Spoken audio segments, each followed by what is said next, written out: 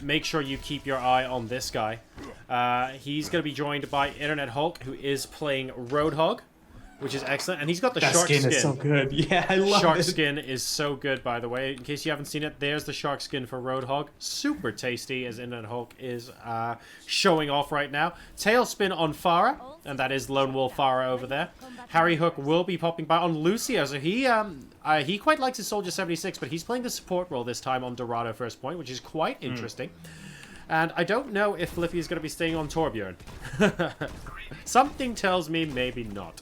You know, I kind of like Torbjorn for the initial point here, just because, like, if you can get that turret set in places, it can be annoying. There's a lot of corners where it becomes hard to respond to, but yeah, not going to be the case. It's definitely not an optimal hero to be playing, and Flippy is actually going to be on the Reaper. All right, now Nico is looking to get some sneaky damage done from behind on Genji. He's looking for shortcut. He wants to jump up there. Of course, if he gets up that yellow wall to the right-hand side, he can potentially go all the way to the back. Yeah. He's not looking to do that at the moment, though. He's sticking with his team broadly, and it looks like Envy are being given, or rather are giving, a little bit of room here, and just patiently waiting for Melty to pop forward. Yeah, you just want to wait until you have this choke point. It's so much harder to defend that forward position. If you go out and you get wiped, the payload could actually get capped. So it's never worth trying to defend it so deeply. And wow, Nico going onto the turret immediately. It's still standing with the heals, but no, he finally gets that triple hit. Now onto the Mercy, trying to pick her off in the back lines, but looks like she's a little bit too slippery. No, it does end up falling. Oh man, very, very nicely done there. Nico doing a lot for his team. Unfortunately, the rest of the team going down in the meantime, and that's going to mean that Melty aren't quite able to get the kind of damage that they really wanted done there. The rest of EnVyUs are now moving forward on top of the payload. Nico did such a good job, but sadly, the rest of the team wasn't quite able to support him there. And the payload is still exactly where Envy wants it to be. It's at the choke point where they have the best defense. Talespin on his Pharah, just waiting for someone to poke their head around, and with the power there from Mercy, is going to be hitting very, very hard. Yeah, this is... we just need to be patient and attack as a team is basically what has to happen on the part of Melty right now. Nico doing his best to be slightly annoying. Realistically, he's not about to take this on his own. He's just looking to see if he can get some free push. And there he goes. He's popped in. He's looking for Bastion. He does not want Bastion to survive at all. But he gets taken down very, very quickly indeed by Baud.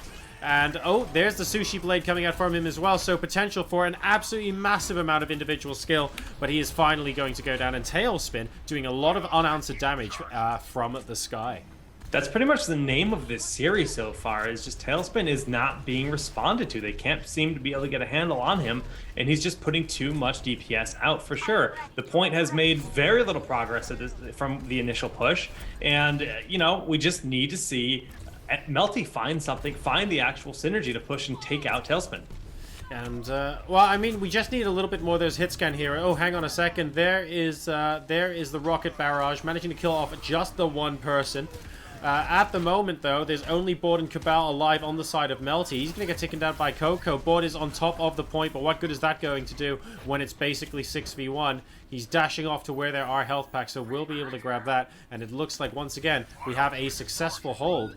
And I have to say, Taimou at the moment, he's a big, big target on Bastion, but the rest of the team have been pulling their weight so, so well that it doesn't even matter. Yeah. Oh, at God. this point, I'm just really curious what Flippy's going to be able to do as that Widow. Taimou does end up falling pretty early in this fight. Widow is being, you know, kind of trying to be counter-sniped by just the skill shot, by the shots of everyone else. And he's going around looking for Talespin, but now he has INTERNETHULK on his case, so he just has to run. There's no running from a Winston. No, unfortunately not. INTERNETHULK is doing a good job. He's doing a good job of waiting until the right moment to pounce. Because Winston, you can always just hop on in, and then they run away. But if you're able to do that to a point where actually you're not just blindly moving in, you're waiting until you know that 3 continuous seconds kills that person, for example. Very, very patient. Big Earth Shatter right on the point here coming out, but you know, everyone is pretty low. No one has actually fallen in this fight. You have to charge there from Moon, taken out the That's the third time he's done that to Taimou now. He's going Bastion hunting straight up. Moon is not afraid. Yeah, but they still have so much ground to cover. Only a minute left here to capture that point A. And I'm not sure if they have enough gas in the tank. Those ultimates, they do have a Death Blossom. If Nico can land that key Death Blossom, it might secure them this point. It might, but it's... I mean, they have got that ultimate. That is the only ultimate they've got available at the moment because Kabal has actually just used his sound barrier. This is actually a strong push, though, from Melty. They're going to be able to move away from the door. And there is the Death Blossom you were talking about from Nico. He didn't actually see anyone from Melty when he used it, but he went, I know you're all coming through this door. I'm going to activate now. I bet you're around the corner. And that gets him a double kill. I think he saw the Lucio, but that was it. And he got the double, which was really good. They had just picked off the Winston. The Winston bubble had been spent, so there's no possible response in that situation because he knew Cocco wouldn't have been on the point yet. So nicely done, just knowing that he would guarantee the point for his team. But they have a lot of ground to cover here going into the second checkpoint. He comes just a little bit out of his comfort zone now, does INTERNETHULK as Soldier 76, picking off Flippy very, very comfortably indeed. Yeah. And both Cocco and chipshajen now have their ultimates available. Oh, and with a damage jam 76 as well, this defense is potentially looking very, very strong. Ouch! On behalf of EnVyUs. Yeah, I mean, they're all back in base regrouping here. Tracer actually goes deep and throws out her pulse bomb. Doesn't actually end up confirming a kill, unfortunately. But at this point, I'm not sold on the Widow. I mean, I know Flippy is so worried about Talespin and wants to make the Widow work. We're just not seeing that the value come through.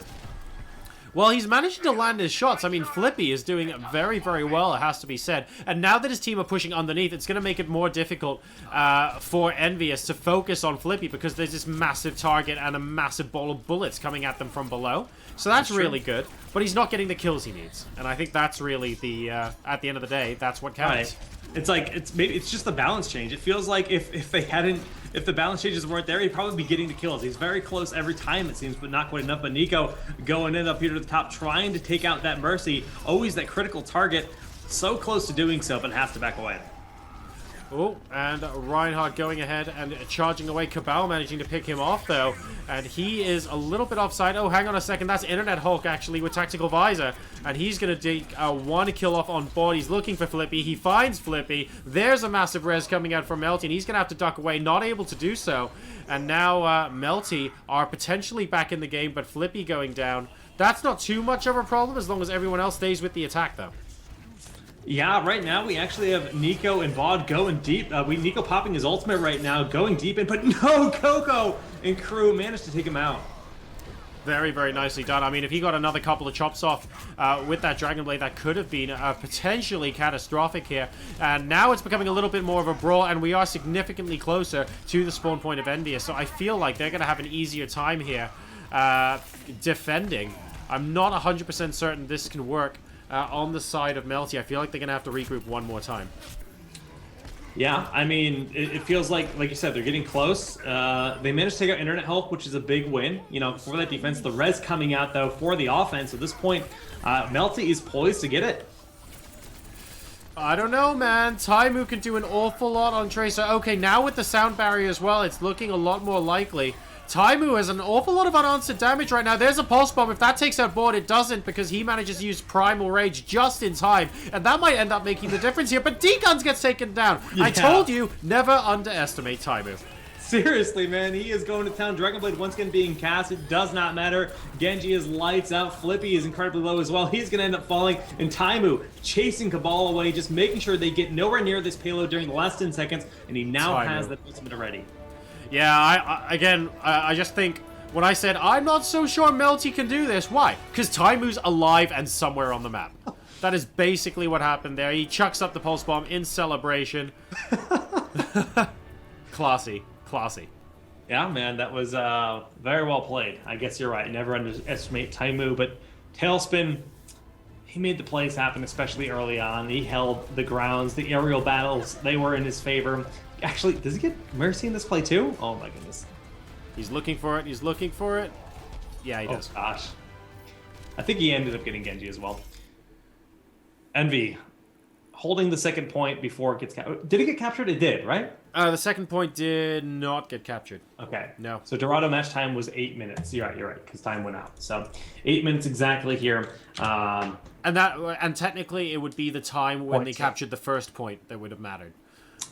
So now the question is, can EnVyUs capture the second point? Yep. This is, I mean, so far, I have to say, this has looked more one-sided than I thought it would be. EnVyUs are just sublime. And Melty are a very, very good team here. But, I mean, you know, at the end of the day, I would say Melty Reunited is also a really good match to watch. And I guess after what EnVyUs did to Reunited, there's a certain extent of, maybe we should have expected this coming. But I almost didn't want to expect it coming because I'm looking forward to it. And I did meet Melty as well at TakeOver. They are a bunch of very, very lovely guys. So I'm kind of rooting for them a little bit, not going to lie. Hey, man, it's always good to root for the underdogs. I mean, this is their time to prove that they can, you know, come out. But the best part about this is like, you know, it's high level play. They're learning every single matchup. They're getting the adjustments, and even if they don't manage to be the victors here, I guarantee you it's going to help them power up and be better at the game. Just better understanding of how to dismantle Envy moving forward.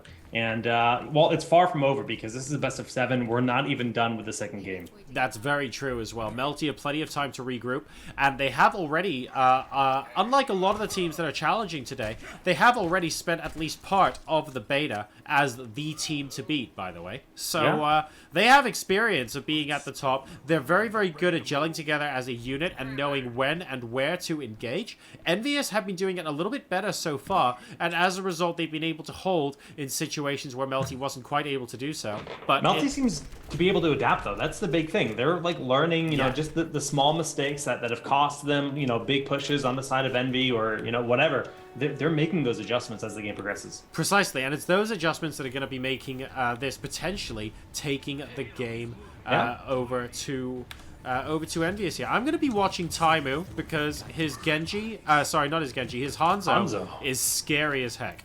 So I'm really looking forward to seeing what he does. It's a rare treat to be able to watch, you know, offensive Hanzo too. Hanzo in general doesn't see a ton of play in competitive. And oh my god! He saw it for like the briefest glimpse, shot his arrow, and then left, knowing it would be a headshot, basically. But we have HarryHook coming in from behind on Tracer as well, so this is going to be worth watching. He is really wow, cat amongst the pigeons over here in the back. He's causing absolute chaos, and this is a fantastic start, actually, for HarryHook. Yeah, HarryHook actually confirms Kabal as well. That's actually 5 members down, and I think it was just Flippy on Widow that was still standing. So they're going to probably get this payload delivered already. Well, back in my day, I'll have you know. But no, they're doing a tremendous job. That is the first checkpoint. I don't know why we have a GG coming out of these guys, because the first checkpoint was taken. Well, the second checkpoint was never taken. Oh, so, yeah, because they've just taken the first checkpoint faster, of course. Yeah, so that's going to be it. GG. And Dorado goes the way of EnVyUs, who take a 2-0 lead. Wow.